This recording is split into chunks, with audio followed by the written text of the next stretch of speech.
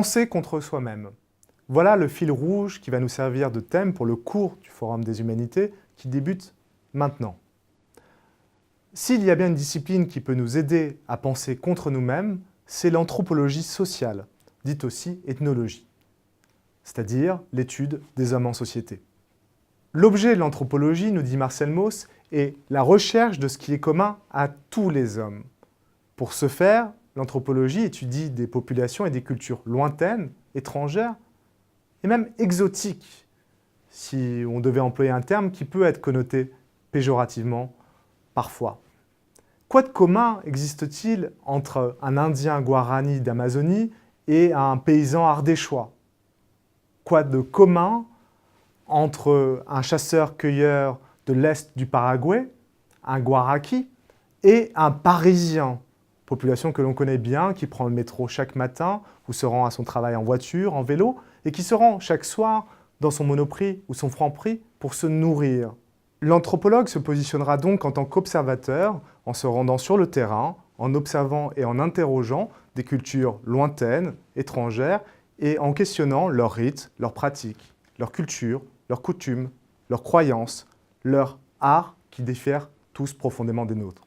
À travers l'étude de ces trajectoires tout à fait différentes de la nôtre, nous pouvons en regard nous interroger sur nos propres pratiques, notre rapport à l'économie, au travail, à la division des tâches ménagères, à la santé, à la culture, à l'exclusion et aux inégalités sociales. La démarche anthropologique est une démarche qui est par essence comparatiste. Il n'y a pas une culture, mais il y a des cultures. Et ces cultures ne peuvent se penser que relationnellement, c'est-à-dire les unes par rapport aux autres, dans ce qui les différencie notamment les unes des autres. Ceci peut paraître abstrait, mais prenons un autre exemple, celui de la mode. Nous vivons dans des environnements changeants, soumis à des modes, et ces modes elles-mêmes se transforment. Une mode a pour vocation nature à devenir démodée. La mode d'un temps T deviendra, en temps T+1, démodée. Et c'est en relation avec des anciennes tendances ou des tendances à venir que cette mode va naître ou va périr.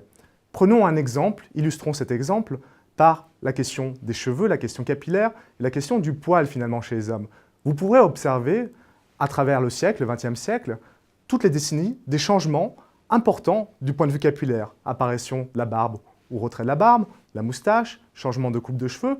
Ces réactions, ces actions-réactions sont toujours suscitées par rapport à ce qui a existé. Il en va de même avec les cultures. Les cultures se définissent les unes par rapport aux autres. Mais revenons à la question de l'anthropologie. L'anthropologue prône les vertus du décentrement. L'anthropologue Claude Lévi-Strauss, célèbre en France et à l'international et ayant vécu au XXe siècle, mort à 101 ans en 2009, parlait de regard éloigné.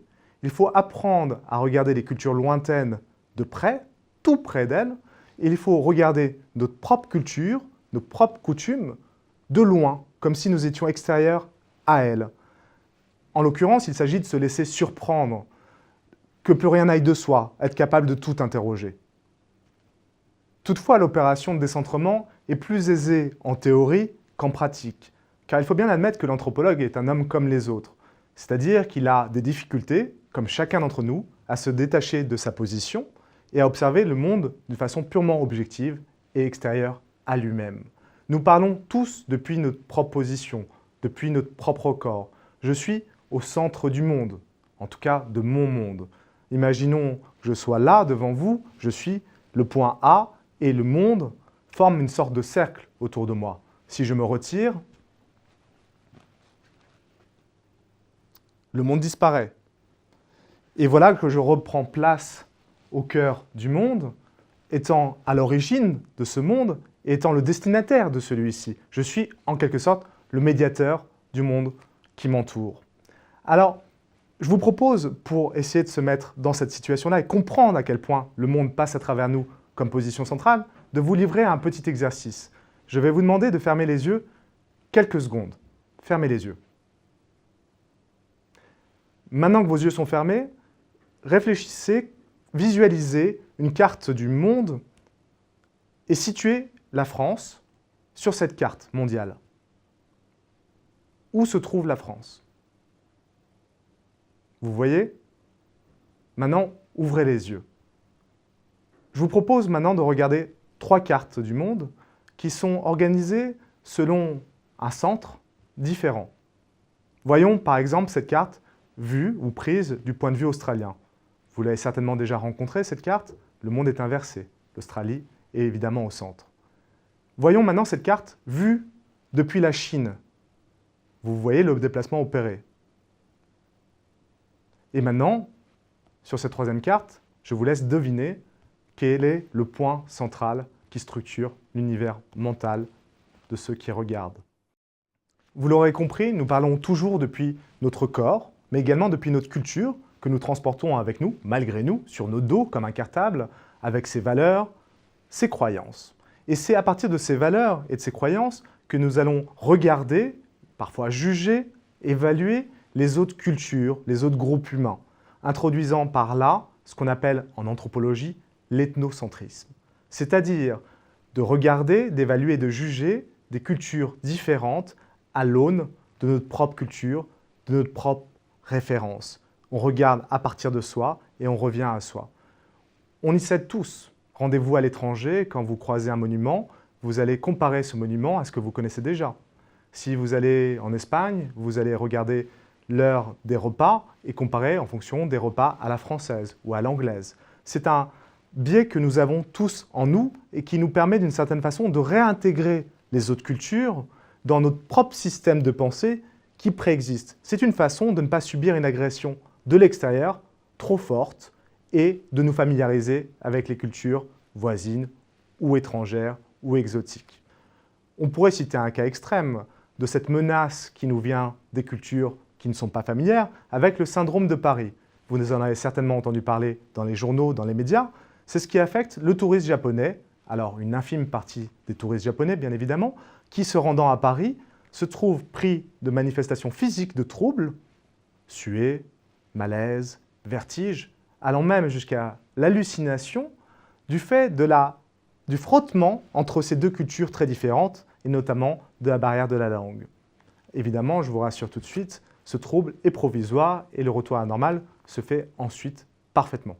L'ethnocentrisme est en nous et introduit un premier biais dans l'observation des sociétés lointaines. Un autre biais peut exister et d'ailleurs s'additionner très naturellement à l'ethnocentrisme. Il s'agit de l'évolutionnisme.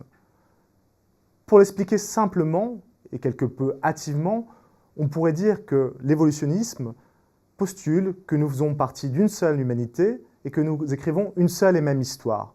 Or, comme vous pouvez l'observer, toutes les cultures et toutes les civilisations ne se ressemblent pas, comme si certaines s'étaient arrêtées un peu plus tôt sur la frise de l'histoire. Il y aurait des sociétés restées dans l'enfance, d'autres qui seraient arrivées à maturité, et évidemment, derrière l'évolutionnisme se cache la tentation pour nous autres occidentaux de voir dans notre culture la civilisation la plus avancée, au regard de laquelle toutes les autres cultures devraient être évaluées, mesurées. Il est temps désormais de se consacrer plus exclusivement à un auteur, Claude Lévi-Strauss, que nous avons mentionné précédemment, et à un livre écrit par Claude Lévi-Strauss, Race et Histoire, en 1952, pour déjouer les risques que nous avons évoqués, c'est-à-dire l'évolutionnisme et l'ethnocentrisme. Si j'ai décidé de vous parler de cet ouvrage en particulier, c'est pour 3 raisons. La première raison, c'est que pour déjouer le risque évolutionniste, il faut bien comprendre que toutes les cultures, chaque culture, a à répondre à un certain nombre de questions universelles que toute l'humanité se pose. Mais chaque culture y apporte sa réponse particulière, singulière, propre. Cette singularité, nous dit Claude Lévi-Strauss, est un atout. Elle participe d'un processus dynamique qu'on nomme justement humanité. L'humanité n'est pas multiple, n'est pas une, elle est l'assemblage, la coalition de ces cultures dynamiques qui vivent les unes avec les autres. La deuxième raison est la suivante. Les hommes sont des malades du sens. Ils en fabriquent sans cesse. Que ce soit à travers les mythes ou l'histoire, que ce soit à travers la magie ou la technique, la science, ce sont, nous dit Claude Lévi-Strauss, les mêmes dispositions d'esprit qui sont à l'œuvre. Elles sont inhérentes à l'homme. Certes, elles s'exercent sous des modalités différentes. Le sauvage part du sensible pour penser le monde, c'est-à-dire de ce qu'il voit, de ce qu'il ressent, de ce qu'il éprouve, alors que le moderne va partir de l'intelligible, c'est la pensée pure, c'est la pensée mathématique. Les résultats sont certes inégaux, notamment d'un point de vue matériel, mais la disposition d'esprit est la même. Qui serions-nous pour juger de la façon dont se fabrique le sens chez les sauvages? La troisième et dernière raison, notre rapport au progrès, notion à laquelle nous sommes, nous autres modernes, si attachés. Qu'entend-on par progrès? Qu'appelle-t-on par progrès? Et pourquoi mesure-t-on notre rapport aux sociétés primitives et la distance qui nous sépare d'elles à partir de cet instrument de mesure qu'est le progrès?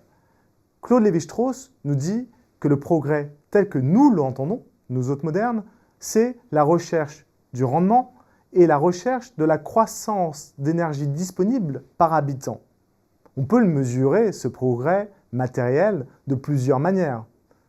Notre instrument et notre indice classique est le PIB, ou le PIB par habitant. On pourrait avoir recours à des instruments plus originaux, mais qui seraient tout aussi probants, en prenant par exemple une carte de la nutrition mondiale et en évaluant les calories consommées par jour, par habitant, un peu partout sur le globe. Je vous laisse vous-même découvrir cette carte. Une carte, cela reste abstrait, mais on peut aussi imaginer ce que mangent concrètement les gens, selon les cultures et les régions du monde où ils habitent. Je vous laisse regarder à présent cette carte, ces images, ces photographies plus exactement, où des hommes et des femmes se présentent devant vous avec la nourriture consommée en une semaine par une famille de 4 personnes, et je vous laisse vous-même juger. Si l'on reste à cette définition du progrès, comme recherche du rendement, comme quantité d'énergie disponible par habitant, alors évidemment l'écart est indéniable entre les sociétés dites primitives et les sociétés modernes. Mais est-ce la seule acception possible du progrès? C'est un progrès culturel, pourrait-on dire. Mais qu'en est-il du progrès social? Si on évalue une société, par exemple, à la capacité à s'organiser de façon ordonnée, harmonieuse, on peut s'interroger sur nos sociétés, qui fabriquent du conflit, des inégalités sociales, de l'exclusion, alors que les sociétés primitives, précisément, tendent à se prémunir contre de tels risques et promeuvent l'égalité. Alors, quel est le bon instrument de mesure pour évaluer le progrès? Au fond, quand on adopte le terme de progrès pour penser les cultures, on pense moins les autres cultures, les autres groupes humains, qu'on se pense nous-mêmes. Ça en dit plus long sur nous que sur les autres. Puisque le moment de conclure est arrivé, j'aimerais vous laisser sur une phrase de Claude Lévi-Strauss, qui d'une certaine façon met en évidence et en relief tout ce que nous avons dit jusqu'à présent. Le barbare, c'est d'abord l'homme qui croit à la barbarie. Phrase énigmatique et pourtant puissante, sur laquelle je vous laisse méditer et sur laquelle je reviendrai avec vous prochainement.